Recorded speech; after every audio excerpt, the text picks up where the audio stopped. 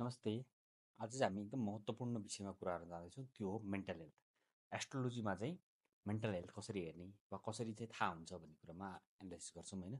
र मैले देखेको चाहिँ कस्तो भने हेल्थ रिलेटेड कुराहरूमा एस्ट्रोलोजीमा धेरै चिजहरू आउँछ, धेरै ग्रहहरूले धेरै रोगको इन्डिकेसन गर्छ, तर टाइमिङ अफ बर्थ चाहिँ एकदम इम्पोर्टेन्ट हुन्छ है।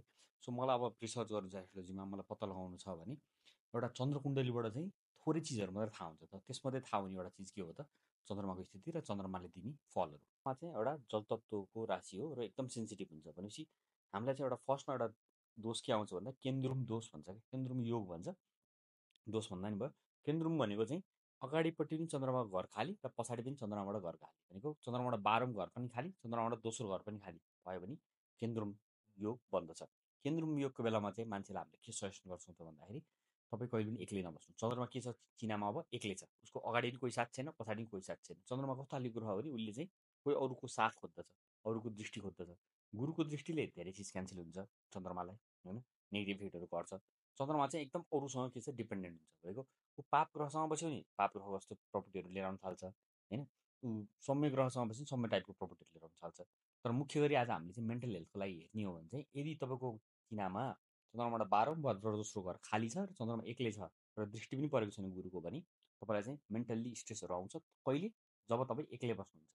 सो यस्तो मान्छेलाई एकदम बेसिक सोल्युसन भनेको चाहिँ के त, कहिले पनि एक्लै नबस्ने, साथीभाइसँग बस्ने, फ्यामिलीहरूमा पनि रुमहरू सेयर गरेर बस्ने, फ्ल्याटहरू लिनुभएको छ भने सेयरिङ टाइपको स्पेसहरू लिने, एक्लै घरमा नबस्ने है। दोस्रो योग हो पाप कर्तरी। पाप कर्तरी भनेको चाहिँ चन्द्रमाभन्दा अगाडि वा पछाडि दुइटै घरमा चाहिँ पाप ग्रहहरू बस्ने।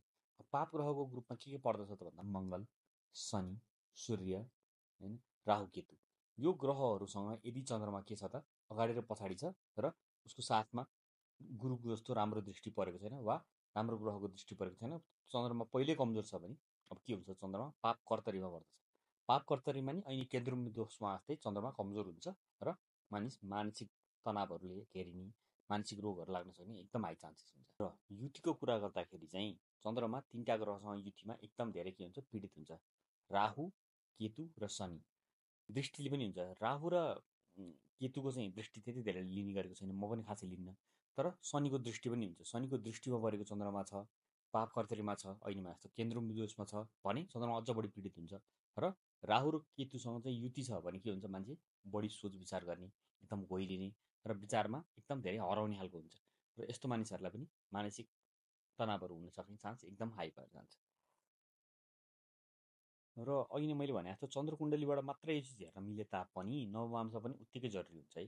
नवमांशमा चन्द्रमा एकदम स्ट्रङ छ भने पनि हामीले लग्न कुण्डलीमा देखेको चन्द्रमाको फल त्यति नेगेटिभ नआउन सक्छ। सो नवमांश पनि एकदम हेर्न जरुरी हुन्छ। टाइम अफ बर्थ त्यो बेलामा स्योरै चाहियो। र यदि 6, 8, 12मा चन्द्रमाको पार्टहरू छ भने अझ बढी चान्सेस भयो, अझ कमजोर भयो। स्पेसल्ली अष्टम भावको चन्द्रमा र छैटौँ भावको चन्द्रमालाई चाहिँ त्यति राम्रो मानिँदैन। त्यसपछि 12 हो। र त्यो चन्द्रमा चाहिँ नवमांशमा के कस्तो स्थितिमा छ त्यो पनि हामीले विचार गर्नु। चन्द्रमाबाट हामीले विशेष गरी हेर्ने रोगहरू मानसिक रोग भए तापनि पानी सम्बन्धी रोगहरूलाई पनि चन्द्रमाले नै रिप्रेजेन्ट गर्छ। र स्पेसली छैटौँ भावमा भएको चन्द्रमा छ भने तपाईँहरूलाई स्विमिङ खेल्दाखेरि एकदम विचार गर्नु, एक्लै स्विमिङ खेल्न नजानुहोस् होइन, साथीभाइ लिएर मात्र जानुहोस्। कहिले कहिले मान्छेहरू खोलाहरूमा खेल्न जान्छ, खोलाहरूले बगाउँछ। चन्द्रमाको कारणले लाग्ने भनेको चिसोहरू रोगहरू हो, वाटर रिलेटेड डिजिजहरू हुनसक्छ होइन। सो चन्द्रमाको सम्बन्धी कुनै पनि चिज तपाईँलाई गर्नु छ भने चाहिँ एकदम बढी विशेष ध्यान दिनुपर्छ, स्पेसली लिक्विड रिलेटेड चिजहरू है।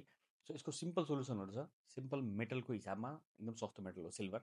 सिल्भरको युज म्याक्सिमम गर्ने, सेतो लुगाहरू लगाउने, सेतो कपडाहरू युज गर्ने होइन, सेतो चिजलाई चाहिँ बढी प्रायोरिटी दिने ताकि चन्द्रमा स्ट्रङ हुँदै जाओस्। अर्को एउटा सोल्युसन भनेको चाहिँ पूर्णिमा र औँसी चन्द्रमाको लागि चाहिँ विशेष दिनहरू हुन्छ। र त्यस्तो दिन तपाईँले यदि कुनै नेगेटिभ इफेक्टहरू फिल गरिरहनु भएको छ भने सकेसम्म चन्द्रमाको लागि चाहिँ सोमबार व्रत बस्ने, सोमबार बस्नु व्रत सक्नुहुन्न भने एटलिस्ट औँसी र पूर्णिमाको दिनमा पनि व्रत बस्ने। र यदि तपाईँको अरू कुनै ग्रह चाहिँ छैटौँ भावमा छ भने प्लिज कमेन्ट गरिदिनु होला। म त्यो हरेक ग्रहहरूको चाहिँ 6th हाउसको स्पेसल्ली रोग सम्बन्धी कस्तो खालको मेनिफेस्टेसन हुन्छ, रोग कस्तो खालको लाग्न सक्छ त्यसको बारेमा एनालाइसिस गर्नेछु। Thank you for watching. नमस्ते।